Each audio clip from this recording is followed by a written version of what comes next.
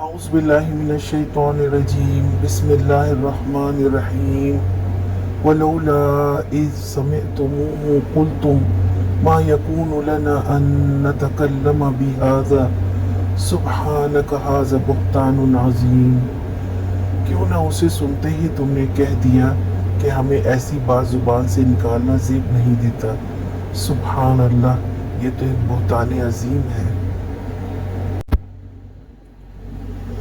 دراصل یہ تہمت نبی صلی اللہ علیہ وسلم اور حضرت عائشہ رضی اللہ تعالیٰ عنہ کو تکلیف دے رہی تھی۔ یہ معمولی بات نہ تھی، اسی لیے اللہ تعالیٰ نے فرمایا کہ لوگوں کو ڈرنا چاہیے تھا کہ اتنی بڑی بات سوچنا ہی جرم ہے، کجائیے کہ اس کا چرچا کیا جائے۔ اللہ سبحانہ تعالیٰ نے ایمان والوں کی سرزنش کی ہے کہ یہ تو ایمان والوں کی شان کے خلاف ہے کہ وہ ایسی باتوں کو سنیں، اور اس کو پھیلانا اس سے بھی بڑا عمل ہے۔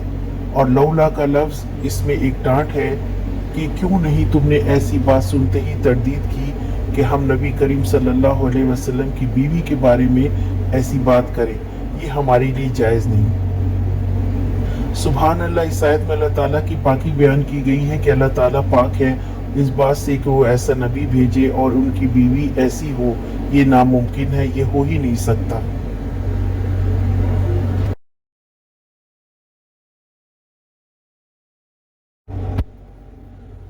آج کا سوال، مومن کی کیا شان ہے؟